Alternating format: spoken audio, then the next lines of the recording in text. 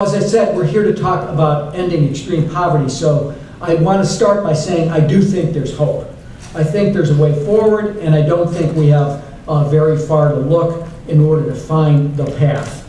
I think that if we look back to the year 2000, we'll find a really inspiring, truly effective example of international multilateral cooperation.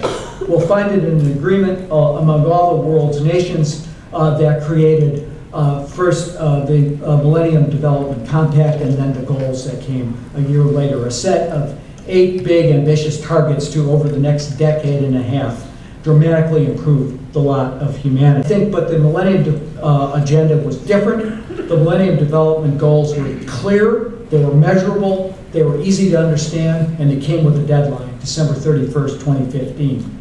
They sought, amongst other achievements, to halve the rates of hunger and extreme poverty, to achieve universal primary education and eliminate the gender gap in primary and secondary education, to reduce the maternal mortality rate by 3/4, and to halt and begin to reverse the spread of HIV/AIDS. Not all of those goals will be achieved by the end of 2015, but we've made considerable progress in most areas and have reached some targets ahead of schedule. The post-2015 agenda, we concluded, should be a truly universal agenda that applies to every country according to their respective needs and abilities, rather than being targeted only at the developing world.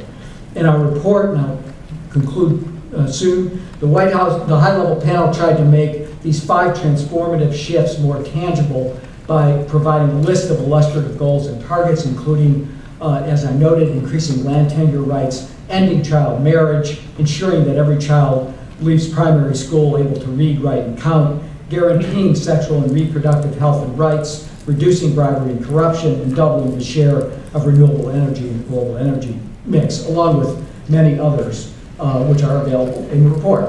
Not every target we identified, I think, will be part of the post-2015 agenda, and there may be additional goals we didn't include.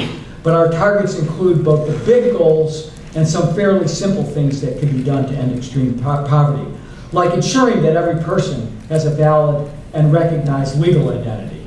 You might think an identity card or a birth certificate is too easy and straightforward a solution for a problem like endemic intergenerational poverty, but sometimes the start of someone's path out of exploitation and into economic and social security begins with simply having a legal identity. And I'm the first to say that over the last 20 years there's been more progress amongst the global poor than at any time in human history. And I deeply believe that, and I think the numbers back that up.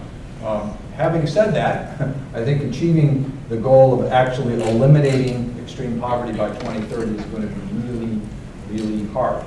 And again, if it's an aspirational goal that we fall a little bit short of, that's great. If we take it too seriously, that if we don't achieve it 100%, that somehow this is a failure, then we're in trouble.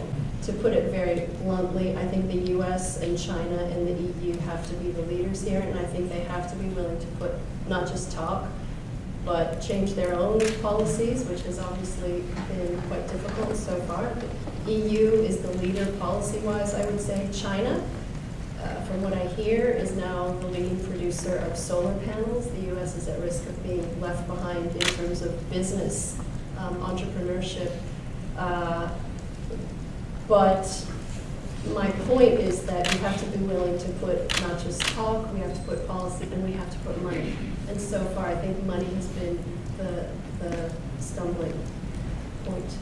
And not just funds, but you have to be willing to say implement a carbon tax, which is going to cost money in the short term, get us very far in the long run. Briefly, I think that Steve noted the essential element of country ownership in trying to actually implement these goals and targets. I think that follows what people have learned and argued for with respect to aid effectiveness, and that's really the approach.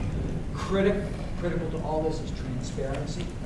I think that begins to build the democratic kind of infrastructure that you're talking about, but there has to be transparency, and there needs to be transparency on the public-private partnerships themselves that are targeted against, you mentioned the one on education, healthcare, public-private partnerships, but the need to bring the business community together to look not just at what their social programming is, but how they're building supply chains that can actually be effective at meeting some of these targets, holding them accountable, is really, I think, something that civil society can play a very important role in mandating the structure and bill that doesn't take the form of governance in the traditional sense of the UN, but requires philanthropic, private sector, as well as public actors to be more transparent about what their goals are and what their